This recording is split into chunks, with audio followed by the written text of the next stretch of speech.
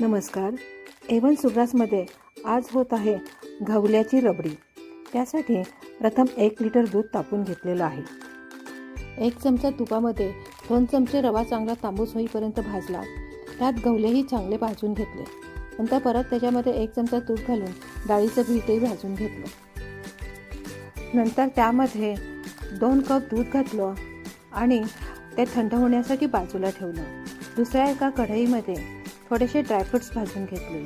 कढई थंड झाल्यानंतर त्यामध्ये साधारणतः अर्धा लिटर दूध घालून त्यामध्ये गूळ विरघळवून घेतला. त्याला छान एक उकळी आल्यानंतर आपण थंड करून ठेवलेली जी रबडी होती ती ह्या दुधामध्ये मिक्स केली.